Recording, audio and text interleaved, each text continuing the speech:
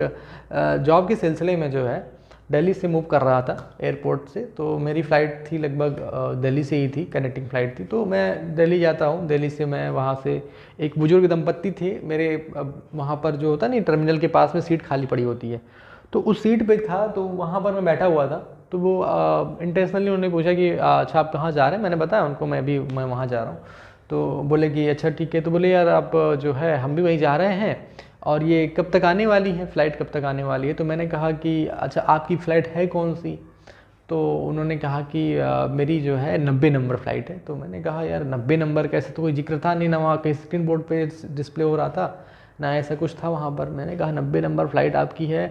मैंने कहा आप थोड़ा सा अपना वो बोर्डिंग पास मुझे दिखाइए। तो उन्होंने क्या कहा कि भाई ठीक है, उन्होंने अपना बोर्डिंग पास निकाला और दिया मुझे। तो उसमें आप जानते क्या था कि इससे मेरा जो सेम फ़्लाइट थी दोनों की, तो उसमें ऐसे लिखा था ना, ये आपने कभी गो एयर की फ़्लाइट देखी होगी तो ऐसे लिखा रहता है, ये ऐसे करके यहाँ पर एयर लिख देते हैं वो लोग, ये गो एयर। ठीक है, आपने कभी देखिएगा। ठीक है, तो गो एयर की फ़्लाइट थी। तो कहने का मतलब क्या था कि वो बुजुर्ग आदमी थे, उनके पास जो उनकी क्षमता के हिसाब से नॉलेज थी। हो सकता है उन्होंने 1 2 3 4 5 6 7 या 1 2 3 4 ही पढ़ रखा हो अपने समय में।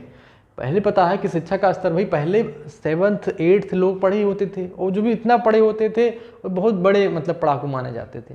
कुछ लोग तो विद्यालय तक नहीं गए हुए हैं। ठीक है, तो कहीं ना कहीं उनके लिए मुझे ये समझ में आया कि नहीं, इन्होंने अपना पूरा भरसक प्रयास किया और मुझे ये जानकारी दी कि भाई 90 नंबर उनकी फ़्लाइट है। ठीक है, तो ये बात मैंने अपने जीवन में देखी है कि वो बात यहीं भी यहाँ भी लागू होती है कि वहाँ पर जो विद्वान थे उन्होंने अपने हिसाब से दिया। मैंने चलिए ABCD पढ़ा हुआ है तो मैंने इसको क्या पढ़ लिया, गो एयर पढ़ लिया।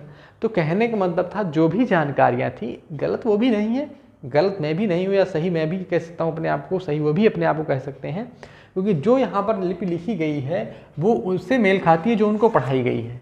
लेकिन यहाँ पर जो चीज़ें मैंने पढ़ी वो एक्चुअल में जो वहाँ पर लिखी गई थी वो मैंने पढ़ी। तो कहीं ना कहीं जो एक होता नहीं है कि नज़रिए का जो फ़र्क होता है कि भाई वहाँ पर उन्होंने क्या देखा उस जगह पे खड़े होकर के और मैंने उस जगह पे खड़े होकर के क्या देखा, तो वही बात इन पे भी निकल के आती है। तो जो मैंने आपको बेसिक में स्टार्टिंग में एक बात कही थी कि भाई जो इतिहास है वो दोहरे मापदंड से फिर से लिखा जा रहा है, तो कहीं ना कहीं आपको इससे अपडेट रहने की ज़रूरत है। फिलहाल आज की